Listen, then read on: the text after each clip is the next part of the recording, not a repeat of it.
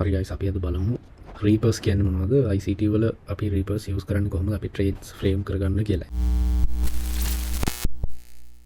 එතකොට මේක අමාරු පීඩියර් එකක් නෙමෙයි. මුලින්ම මම මේකේ තියරි එක ඔයාලට එක්ස්ප්ලেইন කරලා ඉන්න concept එක. ඒතර ඔයාලා මේ annotation එක බලන්න මෙතන ඔයාලට පේනවා මේ buy move එකේදී පළවෙනි leg එකේ fair value gap එකක් තියෙනවා. එතන fair value gap එකක් තියෙනවා කියලා හිතන්න.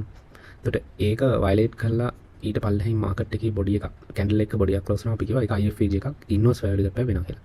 ඒතර මෙතෙන්දී ඉන්වර්ස් ෆැවරි ගැප් එකක් වෙලා තියෙනවා. ආපහු මාකට් එක නැවත වතාවක් ඒක වයලේට් කරලා ඒක ටුඩින් ක්ලෝස් වෙලා තියෙනවා. ඒක ටුඩින් රන් ත්‍රූ කරලා තියෙනවා. එතකොට ඒ IFVG එක රීප් එකක් කියලා අපි කියනවා.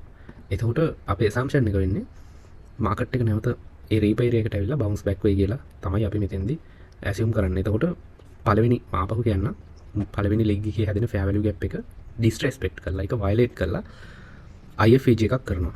ඒ IFVG එක නැවත වතාවක් violate කරලා අපි මේ block එක ගත්තාම නැවත වතාවක් violate කරාම හැදෙන block එක අපි extend කරලා ගත්තාම ඒක තමයි අපි reap එකක් කියලා කියන්නේ. market එක නැවතත් එතෙන්ට ඇවිල්ලා bounce වෙයි කියලා තමයි අපි මෙතෙන්දී assume කරන්නේ. එතකොට අපි මේකේ market example ටිකක් බලමු.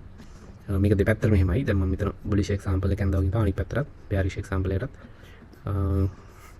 අපි examples ටිකක් බලමු.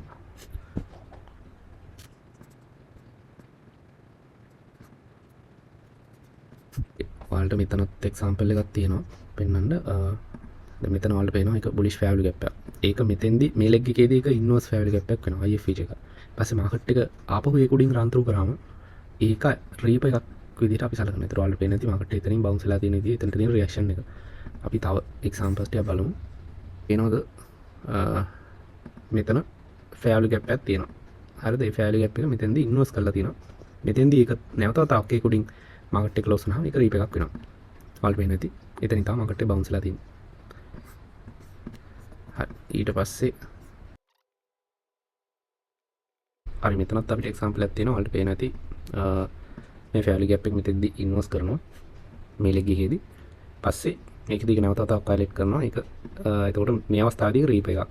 දෙපාරක් ඒක ඩිස්රෙස්පෙක්ට් කරලා තියෙන්නේ ෆැවර් ගැප් එකට. ඒතර ඔයාලට පේන්නේ නැති ඒක හරියටම රීප් එකෙන් තමයි රීප් එකට ආවිලා තමයි සෙල් වෙලා තියෙන්නේ. අපිට තව එක්සැම්පල් එකක් මෙතන තියෙනවා.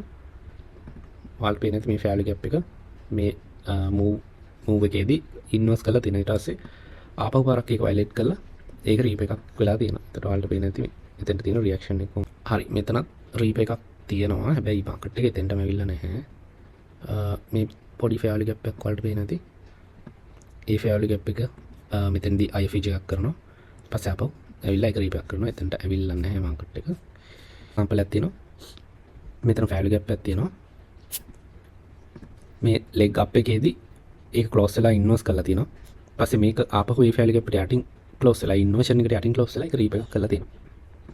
ඒතකොට ඔයාලට පේන්නේ නැති මාකට් එක නැවත එතෙන්ට ඇවිල්ලා බවුන්ස් වෙලා තියෙනවා. සහ මේ තැන් වලත් රියැක්ෂන්ස් තියෙනවා ඔයාලට පේන්නේ නැති. හරි ගයිස් මම හිතනවා ඔයාලට රීප් ලෙසන් එක තේරෙන්නේ නැති කියලා අපි ඊළඟ වීඩියෝ හම්බෙමු.